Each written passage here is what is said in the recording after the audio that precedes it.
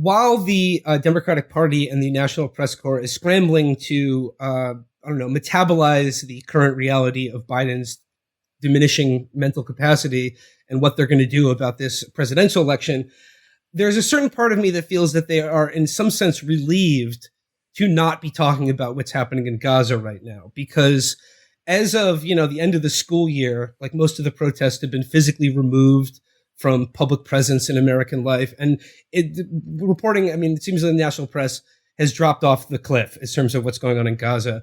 But like in the last 2 weeks of as Biden hemorrhages support from people who, when Rob Reiner and Stephen King jump off the bandwagon, it's really hard. But the refrain I keep hearing from these Biden supporters, even as they say it's time for him to go, is that he's just such a decent man who served this country and the world with such dignity and class and respect, but now it's time for him to step aside.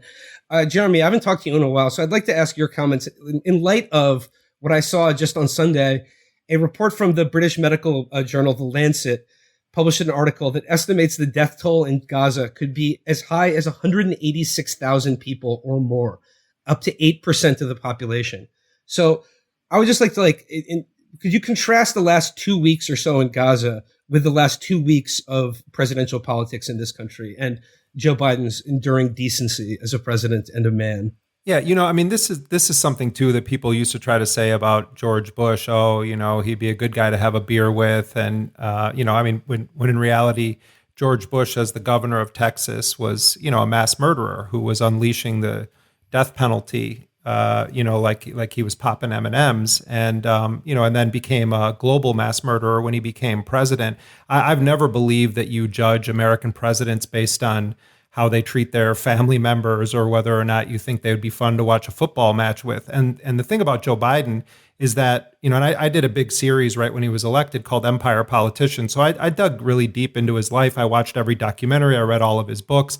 Biden does have a compelling personal story on one level. That guy went through horrifying, unspeakable personal tragedy when he lost his wife and his children in a car crash. And I think that there is a legitimate human level that Biden is able to connect with people on, even though now he's, wandering looking for the mashed potatoes. I think that that's real on a personal level, but that's not how we should be judging presidents. On a political level, this is a career sociopath.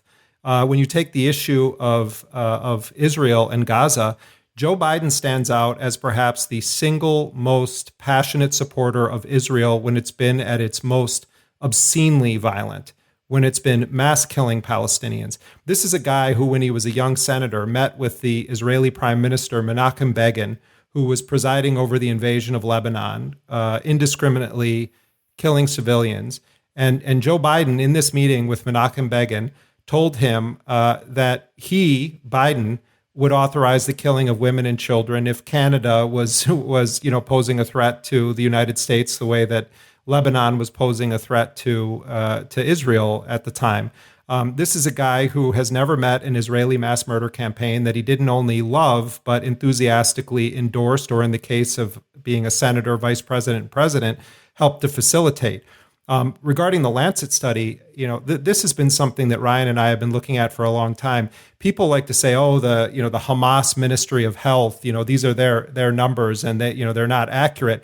I agree; they're probably not accurate at all. They're probably very, very low. And even the IDF, when you catch them at an honest moment, which is rare, will acknowledge that they believe that those statistics are more accurate than Israeli estimates. I think it's quite likely that there are dramatically more deaths of people in Gaza, much more dramatic than we understand right now, because the health ministry has guidelines where they have to see the body. They have to have an identification. There actually is a process. Hamas is not just the Qassam brigades that does, the raids into Israel on October 7th. This was a civil authority that, whatever you think about Hamas as a movement, was picking up the garbage, was running the hospitals, and they actually had a real health ministry with real rules for counting the dead. And history has shown that they have accurately reflected the bodies that have come in there and the cause of death that they can ascertain through medical evaluation. This is a mass murder that has been facilitated, funded, legally defended, politically defended, diplomatically defended, and armed to the teeth by the United States and by a president of the United States who's been in politics longer than any American politician alive today.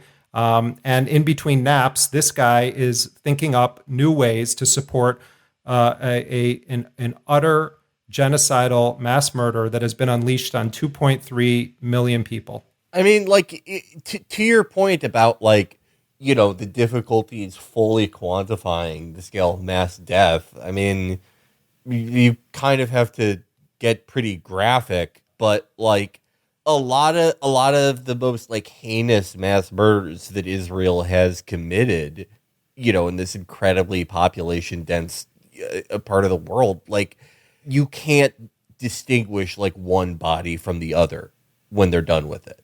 Like, they've launched such a high volume of munitions that, like, we've all seen the videos of people just putting body parts into bags. The destruction is so unbelievable that, like, yeah, how could you count that? It would be impossible. I mean, did you see this? Did you see this video the other day of this little girl whose entire lower section of her face was blown off? Yeah. Yeah, I saw that. Ryan and I both have talked to doctors throughout the course of these past 9 months who've been working in these hospitals, including doctors from the United States, from Canada, and elsewhere, who are saying that they're seeing injuries to children that don't even exist in medical journals. An eye surgeon that I interviewed from Toronto who was there, is describing shrapnel embedding into the eye sockets of children and how the human reaction causes the eyes to open when you're in shock, and that shrapnel is coming in.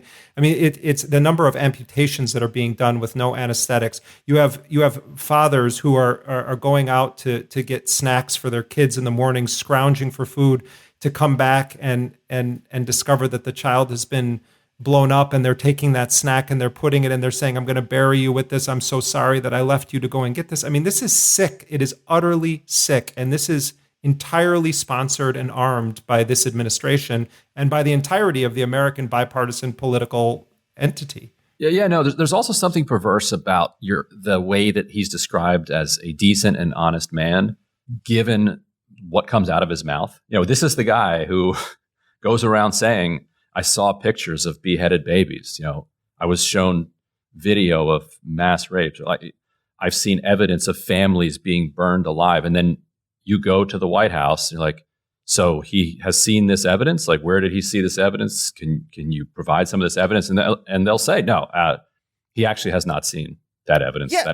And he'll say that evidence doesn't actually exist. And then he'll continue saying it later. Yeah, I don't see how no one brought up, like, it's taken this long for, like, regular publications to talk about his complete mental shortcomings, his complete unraveling.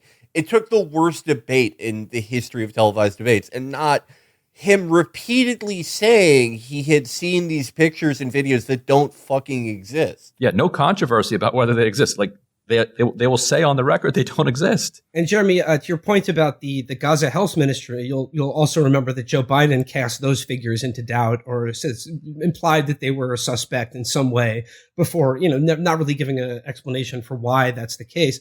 And I don't think that this is something that can be dismissed or attributed to his senility. I think this is a matter of U.S. policy and the policy of the Democratic Party. Felix, to your point about even identifying bodies, I saw today there was a report in 972mag.com. The headline is, "I'm bored, so I shoot. The Israeli army's approval of free-for-all violence in Gaza." And this is based on the anonymous accounts of Israeli soldiers. And in it says, "The testimonies paint a picture of a landscape littered with civilian corpses, which are left to rot or be eaten by stray animals. The army only hides them from view ahead of the arrival of international aid convoys so that images of people in advanced stages of decay don't come out." I mean, this is the reality of it, like, behind, this presidential election and the assurances that Joe Biden has been doing a good job in office. And I'm just so struck by this complete compartmentalization in the media and in the Democratic Party between saying that a president is a good man who's doing a good job as president, who's actively facilitating something like this occurring. Yeah. And, with Donald Trump, I think it's possible that if Trump had been president when October 7th happened, that there would have been some difference in policy on the margins. I think, for instance, that the specter of Trump actually overtly authorizing American drone strikes in Gaza is a possibility. But the number of things that you could identify and say, well, maybe it would have been, this would have happened if Trump were there. It's so minor that this is a devastating commentary on the nature of American power and on Joe Biden and his administration. I mean, the reality is that Joe Biden could have stopped this many, many months ago.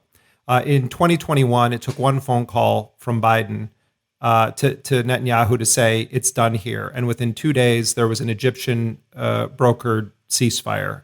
When Biden was initially president and the Israelis did an 11-day bombing campaign against Gaza, killed a couple hundred people.